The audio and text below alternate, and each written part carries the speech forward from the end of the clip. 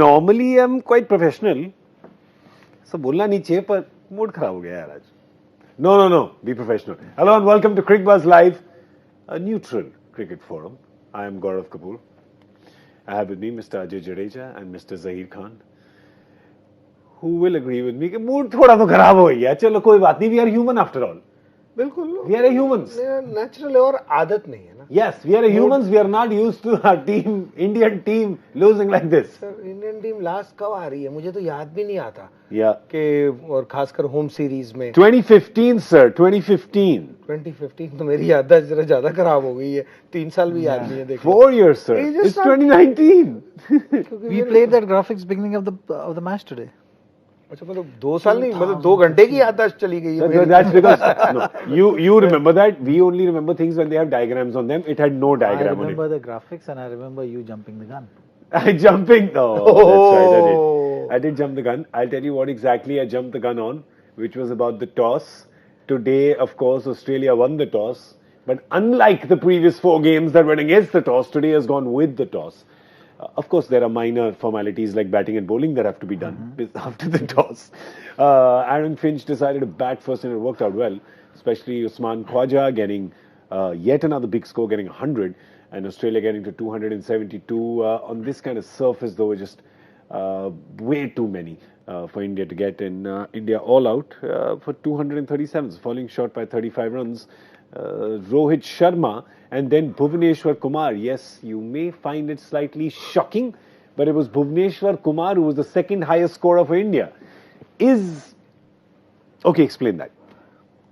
Well, we actually were talking about this mid innings. Yeah. Isn't it? That even though there was a comeback from the Indian bowling attack, Yes. but that comeback was deceptive on this track. Yeah. 272 was always going to be a tough ask. Yeah. You have to really play very good cricket and to win this match. Yeah. And we were talking about importance of those wickets in hand. We were talking about wickets can go in cluster here. It's not going to be easy for the new batsman to just walk in and start scoring runs. So all those factors which were involved, we were able to witness that, isn't it? Yeah, we actually saw all of that. But there was something. What did Bhuvi and Kedar do right that a lot of other batsmen couldn't get, Ajay? I think the game was gone at that time. I mean, if you ask me, the game we'd lost the game when you lost. Rohit probably was the last one that could have taken the side through. Actually, you were only in the game when Rohit and Virat partnership was there. Yes. Yeah. Looking at the wicket, looking at the total and what has happened in the last few games, you weren't going to be in that game. At that stage, what happens is generally, we talked about this in the over number 35 as well, that opposition also takes the paddle off. You have no pressure left.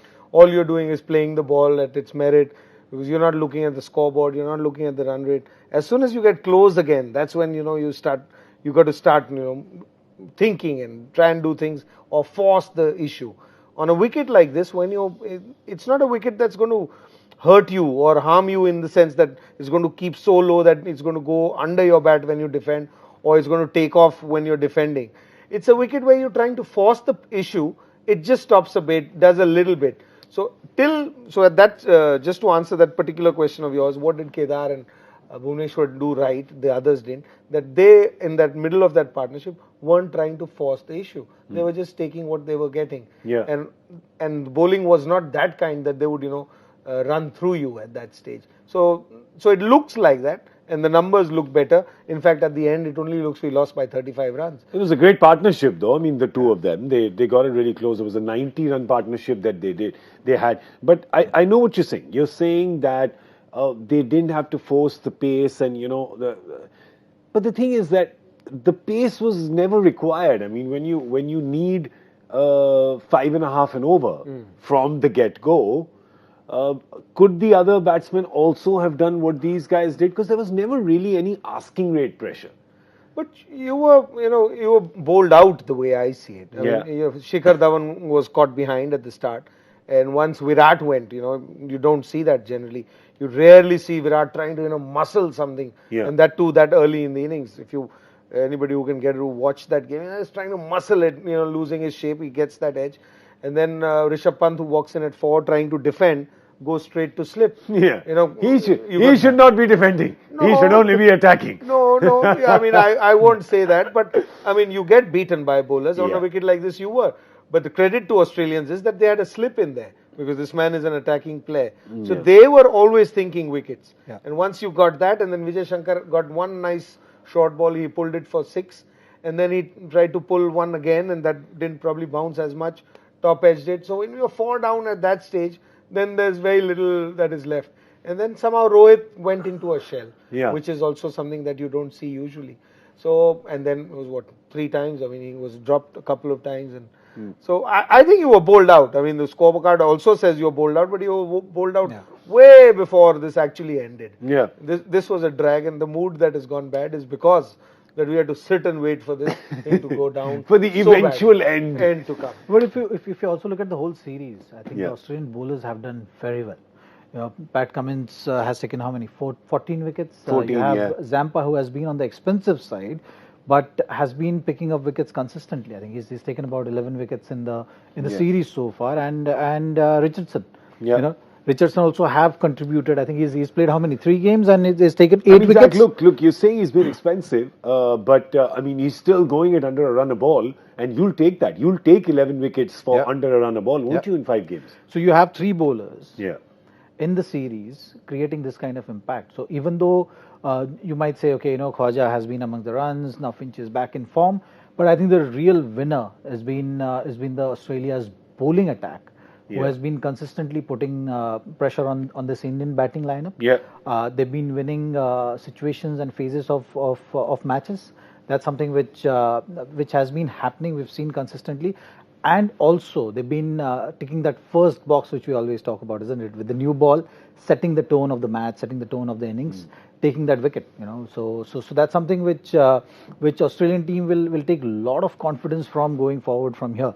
And suddenly all around the world now we are seeing the Another teams who've not contender. been consistent with their performances have been creating those upsets as well. With the upset which we're talking about is Sri Lanka, South West Africa, West Indies also coming Indies, back. England Yeah, doing so- a 2-all on the one-day series. So there's been a few, but just the pressure that Zach is talking about. You get the wickets, and then when you get the wickets, the early wickets, you end up putting pressure with the dot balls. And today was just spectacular. I mean, look at the Aussie bowling card, and you see the kind of dot balls, especially when you see Lyon and Zampa there with, you know, between them 64 dot balls. So they bowled almost 11 overs of dot balls between themselves. And Cummins and Richardson haven't done too badly as well. So there was just, what do you what do you attribute this to? It's just India today was just not being able to get the singles, Ajay. They were just not being able to rotate the strike. Because this is not a wicket that you can actually get, you know, rotate strike. We Yeah. talked about this earlier. It's a pitch that stops, but the ground is so small. So, you know, you see a lot of sixes, even in that partnership with Bhuvneshwar Kumar and Kedar Jadhav. There were a few sixes that you saw, but you didn't see easy singles. So on a surface like this, it's not going to be many singles. It's going to be a lot of dot balls. And that is what puts pressure on a batsman to try and do something different. Yeah. But if you're trying to, and if you're in commanding position, it never looked bad because when Khwaja and Hanscom were batting at the start of that innings, it didn't look that there was any trouble. Then when the partnership happened again with Kohli and Rohit Sharma, they looked comfortable as well. So if you are ready to wait or not try and rush it, try and push the envelope, it wasn't that kind of a wicket. It wasn't that bad a wicket, but it wasn't a wicket that where you were going to get many singles, even when you were set. You had to wait for that bad ball, and that bad ball gives you an opportunity to get 4 and 6, being a small ground. Had this been a bigger ground, this total probably would have been 220, 200, 210 versus 180. Yeah. So I think that couple of things, the ground and the wickets. So the thing is now Australia comes into the series, they lose the first 2 games, then they win 3 on the trot. A lot of players showing form, whether it's batting or whether it's bowling. Suddenly the Australian team is going, oh, okay, hang on, we'll take this in terms of individual form and we'll take this in terms of morale and temperament and just confidence. There's a lot of boxes ticked for Australia in this series, hasn't it, Zaid? There's no doubt about it. You know, you've been talking about leading up of the series, and a series in Australia. So they've lost at home. Yeah. The whole year has been a tough year for Australian cricket. So looking at that, from this win, they'll take a lot of confidence because most of the critics, most of the media also have been writing them off. Yes. But now somehow, you can see you add Mitchell Stark to this bowling lineup. It's only going to get strengthened from here. True. So that's something which we will see in the World Cup as well. So I think from here, playing against Pakistan a series, their morale will definitely be high. Just picking up at the right time because Australia is a team with the history of what they've achieved in international cricket. You can't write them off in World Cup in a tournament like World Cup. Yeah, and suddenly they would probably feel that I wish we didn't have the Pakistan series because we're all set now. Look, because when you get to the top, what happens? It can only go bad because now you've beaten the world's best side. You've beaten India at home. And if you lose now even one game in Pakistan, you think, oh, we're missing out on something. From the Australian point of view, it would be perfect. But then from the Indian point of view, it's horrible that this is the last No, from series. Indian point of view, I don't think. It's the exact opposite of that, isn't it? In Indian point of view, there's 42 days. Oh, how many days before the next World Cup? Oh, 2.5 months. So in 2.5 months in Indian cricket, I keep saying this. Don't worry about that far. It's about the next few days at the most. So from Indian point of view,